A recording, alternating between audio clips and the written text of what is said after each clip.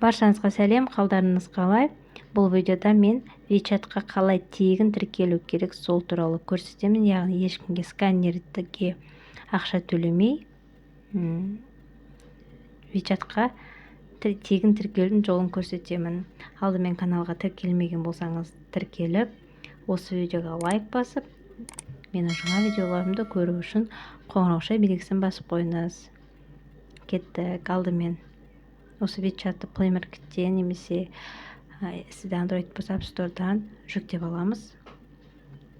Сосын регистрация жасаймыз. Мінекей, WeChat-тың до конца жүктелгенін күтейік. Мінекей, мына жерде енді открытьті басып, WeChat-ты. Мінекей, сіздерде осындай окошко шығады. Осы жерде регистрация по номеру дегенді басасыз. Регистрация по номеру мобильный телефон деп тұр, бірінші тұрған, соны басасыз. Сосын дальше не жерде өзіңіздің атыңызды ағылшынша жазсаңыз да болады, немесе осындай үстіп те жазсаңыздар болады. Астында Қазақстанды таңдаймыз. Мінекей, біздің өзіміздікін. Мінекей, мына Қазақстан дегенді таңдаймыз. Телефонын деген жерге қай нөмірмен тіркелеміз, сол нөмірді жазамыз, астына өзіміз пароль ойлап табамыз. Осы WeChat-қа кірген кезде сіздер қандай парольмен кіресіздер, сол парольді жазасыз. Не жерде мен өз паролімді жаздым. Астында мына жерде жасыл өстіп галочка қоясыз да, жасылды басасыз, принять и продолжить дегенді.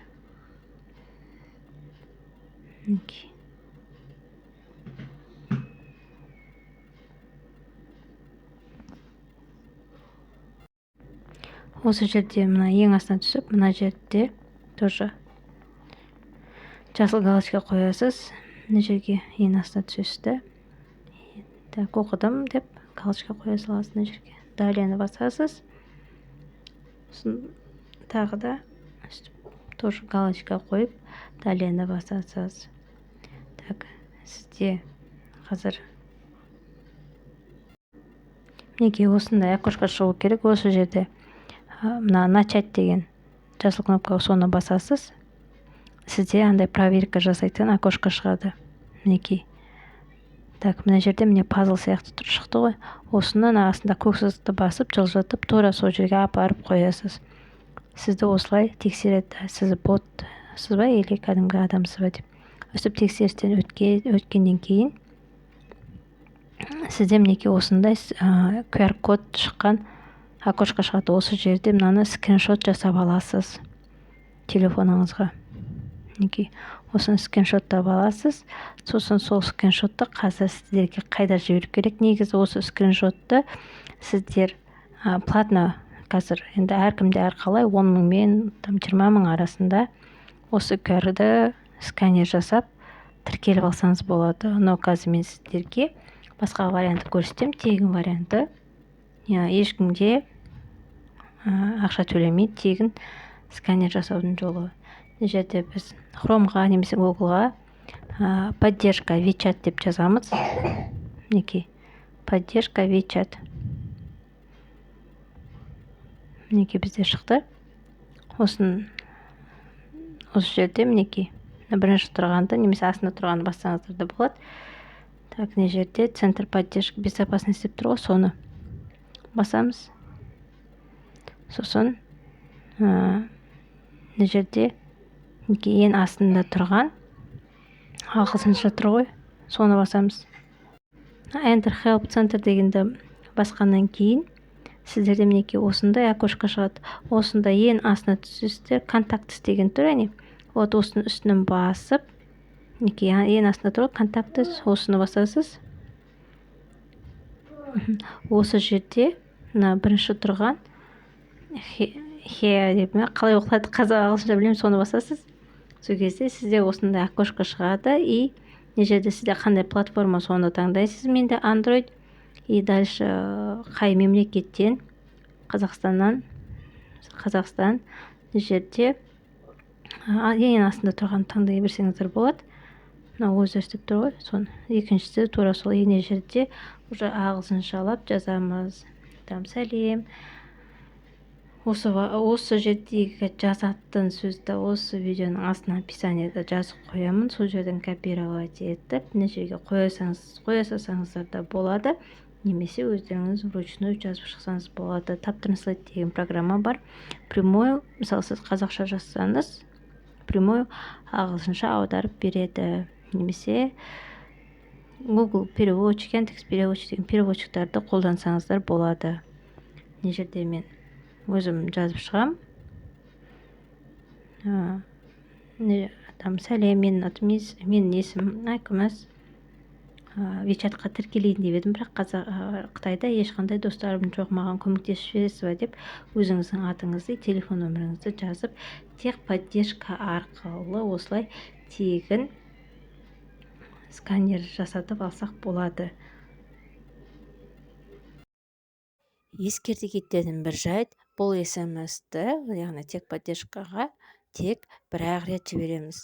Ответ қайтармай жатыр деп, қайта осы техподдержкаға қайта жібере берудің қажеті жоқ. Міндетті түрде тек бір-ақ рет жібереміз. Сосын күтеміз. Негізі 3-4 күнде жауап береді. Кейбір адамдарда ол 3 аптаға да, 1 айға да созылуы мүмкін.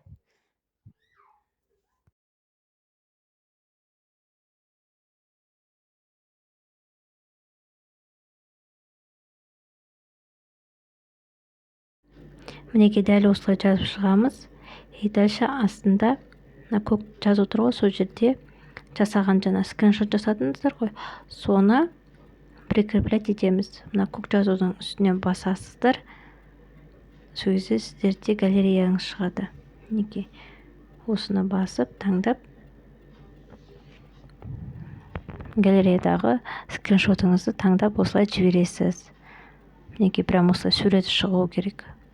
Енді астына email деп тұрған жерге өзіңіздің почтаңызды жазасыз. Қай почтаға сізге SMS, осыны прям жазып алыңыз, қай почтаға жібергеніңізді. Өйткені сізге хабарлама почтаға келеді. Осы жазған почта сізде доступ болу керек. Ана жерде сіз қалай тіркелдіңіз, қандай атпен тіркелдіңіз, сол атыңызды жазасыз.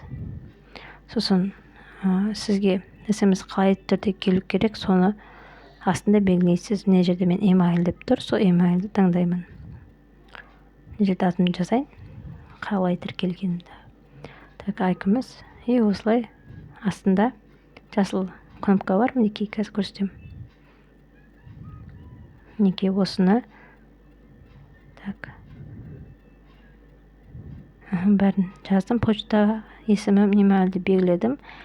Енді астындағы көкті басып, мінеке мынаны басып жіберемін. Осыны басқаннан кейін сіздерде мінеке осында 5 секунд деген жазу шығады. Осы 5 секундтан кейін автоматты түрде сізді осында окошкаға жібереді. Сіздің SMS-іңіз кетті, енді бір 3-4 күнде сізге жауабы келеді.